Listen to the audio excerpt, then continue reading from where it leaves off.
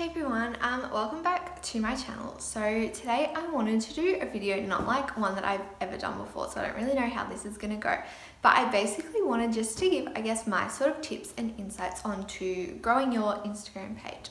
So if you don't follow me on Instagram, you should. I'll put it up on the screen now. I've got on my Instagram now, I'm like, on the day I'm filming, I'm nearly at 20,000 followers, which just for me is insane. I know like in the whole social media world, it's not that huge a number, but for me it is, and it's yes, I just sort of worked on. So it's been about a year now since I turned my Instagram page from just sort of my just personal, I guess, page to building it, I guess, more into like a business. So I'm at the point now where I'm making income from Instagram, which I still feel like it's just so weird that that's a thing now. So basically, I don't know, I'm gonna just do this as a general video and see how it goes and like what you guys think of it, and then I might turn it into like a series and then discuss different things about, like, maybe go more specific into strategies and talking about earning money and like pitching to brands and how sponsorships and collaborations work, and like what to look out for in terms of like if things are scams or whatever. But today I basically just want to share my, I guess, as I said, tips and insights on just growing your following and like growing a reach and engagement. Because on my account now, as I said, I may not have the hugest amount of followers, but I do have really good engagement on my page, and at the end of the day, that's what brands look for when they're looking for people to work with. So someone could have hundreds of thousands of followers but not good engagement, and they're more likely to choose a smaller influencer with less followers but good engagement. Yeah, so I sort of am just going to talk about how I don't know, do all that and how I do to grow a reach. I'll put some like screenshots up on the screen as I'm talking about stuff from my account that I'm like referencing, so you know what I mean. Okay, so the first thing, when I started, when my account was small and I decided that I want to turn this into like a thing, obviously, yeah. So if you don't know my Instagram, so I sort of first started just posting food that I made from other people's recipes, to then sort of playing around with my own recipe creations, to actually now being a recipe developer for brands. So they will contact me to collaborate, to come up with like recipes for them using their products and promote on my page, they promote on theirs and all that. And then now too, like, I also do a lot of lifestyle stuff. So I've worked with like some activewear brands and like jewelry and makeup and just sort of everything that is relevant to me in my life. And I started off small, and once I sort of really started to grow a following, the best thing, if you want engagement, you have to be engaged. I know it probably sounds really basic, but it's, yeah, if you want people to be like following you and liking your posts and commenting on your posts, you have to do the same to others. So I don't do this as much anymore now, because now I'm at the point I'm getting quite a lot of organic growth, which is just awesome.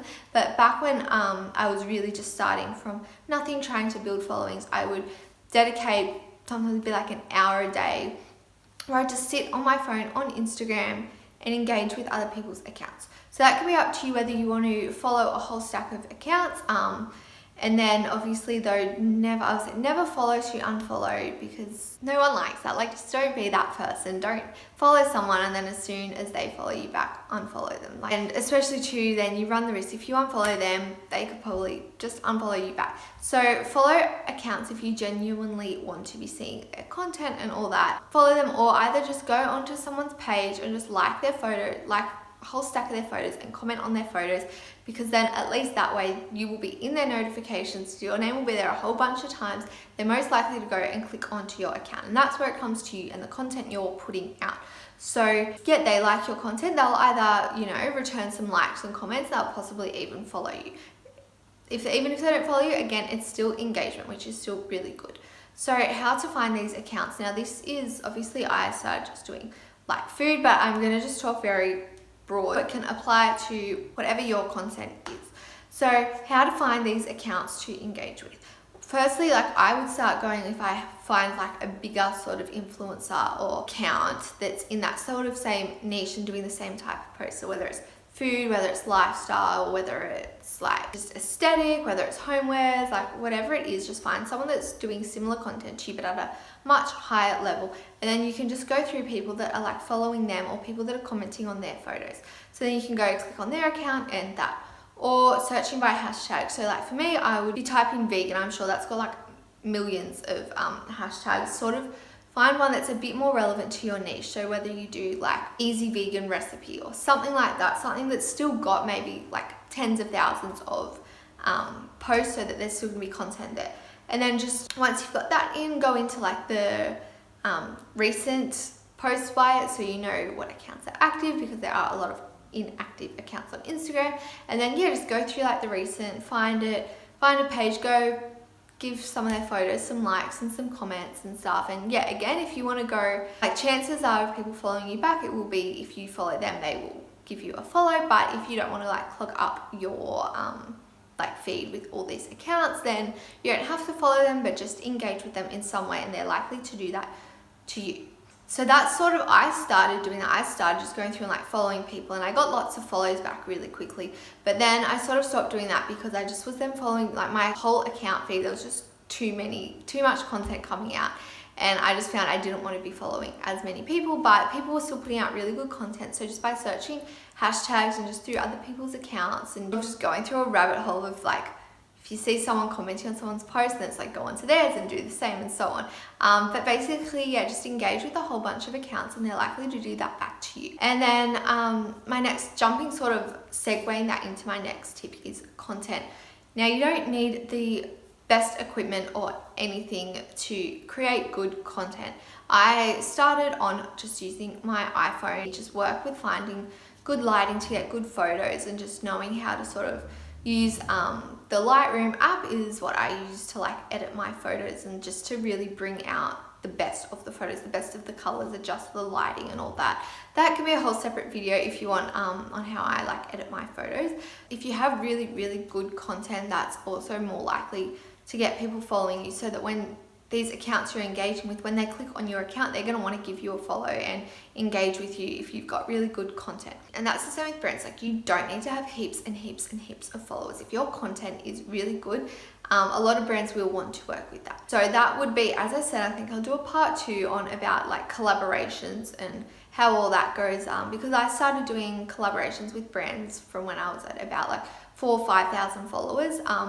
Obviously, it's the types of collaborations and stuff is a lot different to me now at nearly 20,000 followers, but it's still, brands will still work with you if you don't have a lot of followers. So yeah, and basically too, this is probably kind of obvious, but I'm gonna say it anyway. Like, for me, growing my account is I'll go and find what photos of mine do best. For me, that is normally lately my single serve like cake, mug cake recipes. They always do so well. So for me, I know that they do well, so I'm gonna keep putting them out because that's what people want to see. So I'm gonna use that to my benefit. Another thing too is hashtags. So on Instagram, you can use up to 30 hashtags, and I recommend you use them all. I have on my notes folder in my phone a whole stack of different ones. You don't want to be doing the same ones every time, and you also want to make sure that your hashtags are relevant to what you're posting. Now, for the hashtags, I do stick with some like the generic ones, like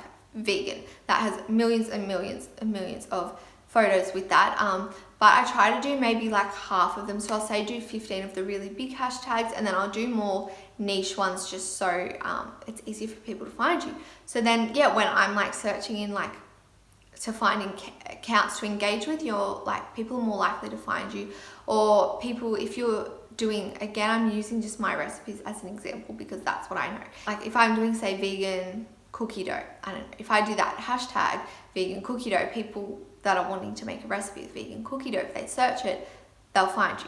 So I think hashtags are really, really important. Yeah, use the full 30 and make sure that they're relevant to the content that you're posting. Another thing too is to really take advantage of when Instagram adds new features. So for me, when Instagram brought out Reels, at first I was kind of just like, this is just sort of like TikTok, and I was never like into TikTok. I just thought, oh, this is just another platform. It's just too much extra content. It sort of just wasn't my thing. And now I'm like, oh, people are just reposting like TikToks as Reels. So I sort of waited a bit, but then I started just doing little, because they're only 15 seconds. So I just did, even if I've just got a video showing like the end result, sort of the drool shot of food, or like that cutting into food shot.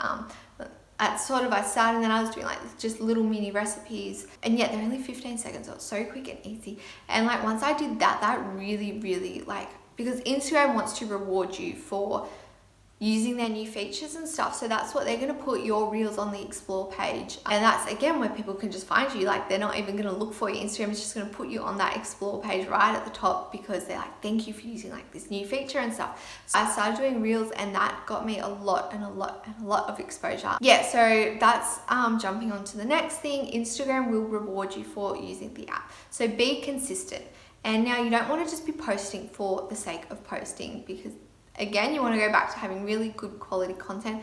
But for me, I try to post every day, if not every second day. But I would recommend, if you're just starting up and you're really wanting to grow your account, I would say post at least 3 times a week of quality content. And then just, yeah, once you sort of get used to it more, you can get out content a bit quicker and just sort of have a bit of a schedule going with that.